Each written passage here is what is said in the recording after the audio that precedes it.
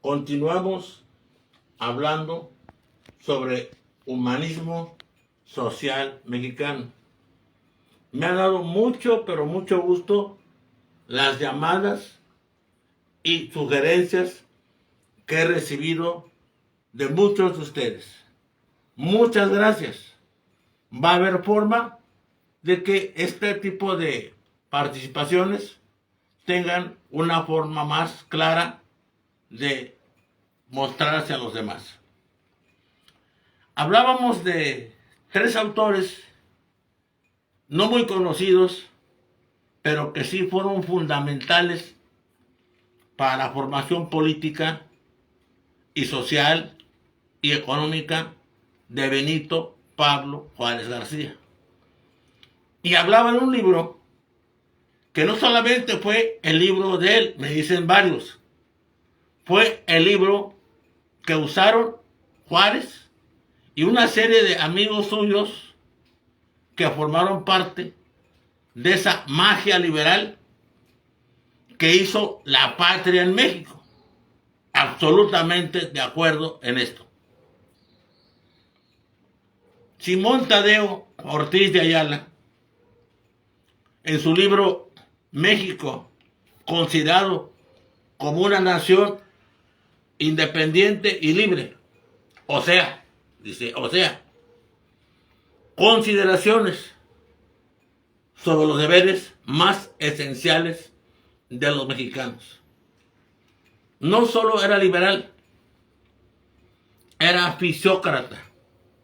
Creía mucho en la aplicación de la ciencia para la mejora de la sociedad. Creía, con razón, en aquel texto sobre la política que escribió, fíjense quién, Santo Tomás de Aquino, en el que decía que era la más perfecta y la más armónica de todas las ciencias, porque sus propuestas, sus planteamientos, sus programas tenían que tener repercusión inmediata, o por lo menos visible, a mediano plazo. Yo decía que este libro fue el libro de cabecera de Juárez. Cuando Juárez hace un viaje y sale del país. Esto es durante la guerra de 3 años. No confundirse, por favor, con su lucha contra la segunda intervención francesa, que ahí no salió. Cuando alguien comentó, cuando fue Andrés Manuel a Washington, que debió haber ido como fue el peje en carruaje, está diciendo esta persona una barbaridad. Juárez no salió del país. A Maximiliano le inventaron que salió. Por eso aceptó promulgar la ley del 3 de octubre de 1865, que fue terrible, porque decía una mentira, que Juárez había huido del país y que entonces los mexicanos que decían seguir sus banderas estaban fuera de la ley, y en cuanto se les capturase iban a ser inmediatamente, sin juicio ni sumario siquiera, fusilados. Eso fue una mentira que le vendieron a Maximiliano, y que fue, por cierto, la que lo llevó a su fusilamiento, esa ley del 3 de octubre. Pero volviendo a Simón Tadeo Ortiz de Ayala y volviendo a Juárez, dije que es muy importante, ahora que está haciéndose el transísmico, que va a ser una revolución gigantesca en el mundo. Es una obra de mayor trascendencia aún que el Tren Maya, que la refinería Olmeca, que todas las obras juntas. Es otro canal. Y mencionaba que Simón Tadeo Ortiz de Ayala elaboró y propuso a los gobiernos de aquella época planes y programas para colonizarlo. También para colonizar los territorios enormes del norte. También señaló los peligros que había de perderlos, porque estaba entrando gente muy complicada, de una moral cero, que era peor que filibusteros, y que eran ávidos de conquistas sin ninguna ética, sin ninguna moral. Este plan de colonización no se llevó a cabo, como tantas cosas que hicieron gentes brillantísimos. Por eso es este curso, por eso son estas pláticas. Tenemos una historia que a veces no conocemos del todo, una historia maravillosa, con hombres y mujeres brillantísimos que han luchado y lucharon por hacer de este México algo muy grande. No nomás con las armas, sino también con propuestas constructivas, con propuestas de edificación, con propuestas educativas, con propuestas que buscaban concientizar al pueblo. Uno de estos hombres fue Simón Tadeo Ortiz de Ayala. Además, este libro fue, ya dije, usado por Juárez, usado por varios liberales, usado por el nigromante Ignacio Ramírez, usado por Guillermo Fidel,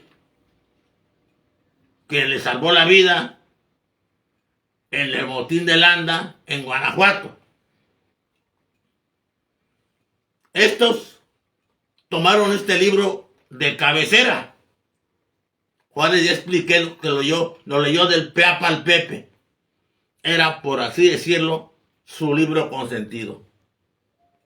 Pero algo más, y muy interesante, y esto para mis amigos de Tamaulipas, y concretamente de Tampico, y de Matarredonda, y de Pueblo Viejo, y de esta maravillosa zona con la que colinda Tamaulipas, que es el norte de Veracruz. Manuel Mitterrand, uno de los mejores militares que se formó al lado de Morelos, porque Morelos era un gran militar, ya expliqué, se formó con las leyes y reglamentos que había elaborado el rey sargento de Alemania, Federico Guillermo I, el que instauró el servicio militar obligatorio. Porque la forma de hacer guerra de Morelos fue novedosísima. Ojo, Morelos estuvo también en la mira de Simón Tadeo Ortiz de Ayala.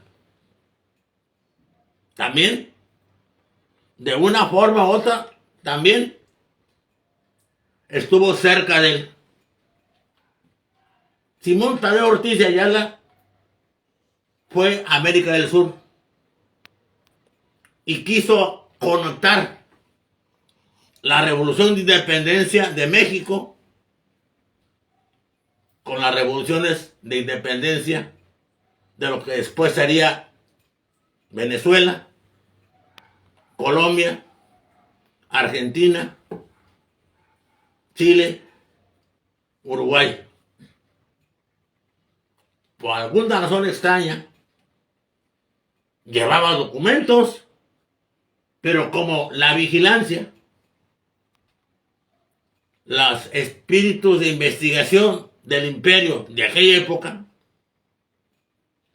estuvieron a punto de cacharlo, de aprenderlo. Dice que quemó algunos documentos y otros se los comió para que no lo agarraran preso. Pero algo pasó. ¿Quién sabe qué pasó? Él reportó, hizo los documentos de vuelta, pero se notaba a leguas que eran falsos. Más aún, se equivocó, qué curioso, en dos nombres. Dijo que iba de parte de los jefes de las guerrillas independentistas en México, en la Nueva España, y dio los nombres de Manuel Morelos y de Joaquín Rayón. Morelos no se llama Manuel, ni Rayón se llama tampoco el nombre que él dio, Joaquín. Eso generó una desconfianza y no lo reconocieron. Según algunas versiones, Morelos, según esto, y Rayón también, les enviaban a los revolucionarios independentistas de América del Sur la siguiente propuesta. Ellos tenían una cantidad importante de oro y de plata. Ellos podían dárselos, esa cantidad, a ellos a cambio de armas. Estaban batallando por armas. Y el bloqueo en el Golfo de México, en los puertos de Tampico y Veracruz, era muy intenso, era muy severo y era completamente imposible romperlo. Además, ya hablé de una palabra que me han preguntado mucho: anfictionía. Muchos creen que es de Bolívar, la usa Bolívar también, pero la usa antes que Bolívar, Morelos y Rayón. ¿Qué es anfictionía? Lo que hicieron los griegos con la Liga Ático-Délica. Buscar lo que uniera a todas las polis. Y para ellos, en aquella época, era el miedo al Imperio Persa. El miedo al Imperio Persa, que después de perder en la guerra de Jerjes, Darío el padre también había perdido el maratón. Jerjes arrasa en Termópilas, pero pierden Salamina, pierden Platea, pierden Micala. Sin embargo, Efialtes y después Pericles manejan el peligro, el señuelo del peligro persa, para unificar a todas las polis, a las más importantes, y a las que aceptan en torno a Atenas.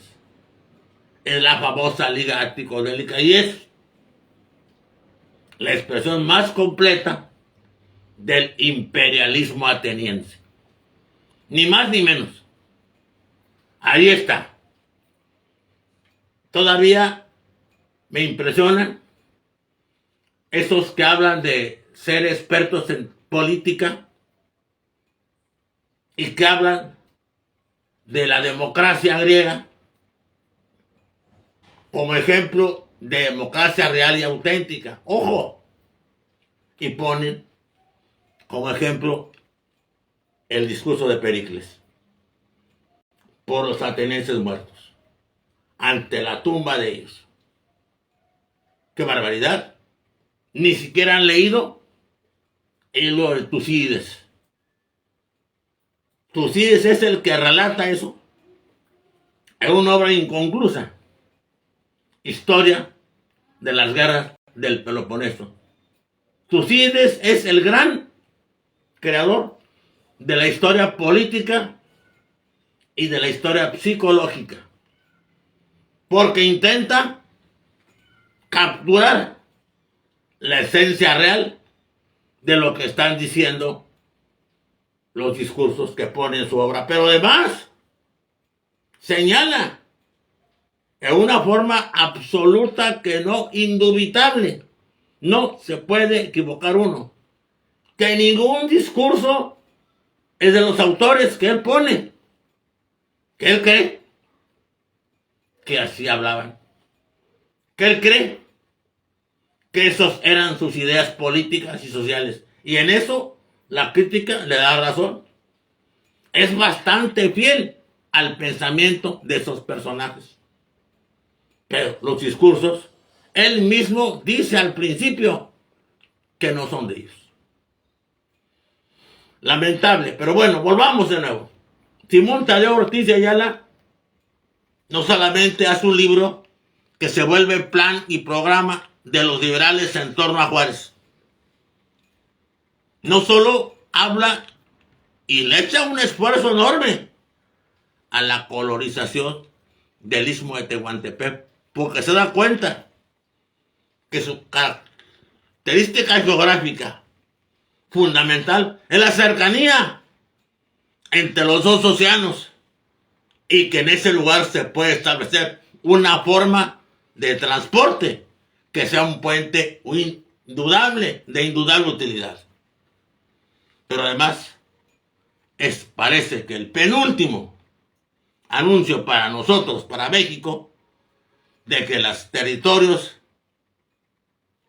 que se perdieron en la guerra en Texas y del 47 están por perderse. Gracias a todos, que Dios los bendiga.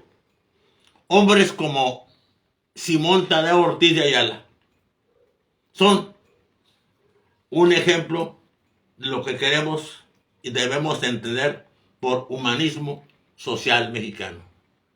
De ahí venimos. Esos gentes trabajaron por nosotros, para ustedes, para todos ustedes, para todas ustedes. Dios los bendiga, cuídense mucho. Gracias.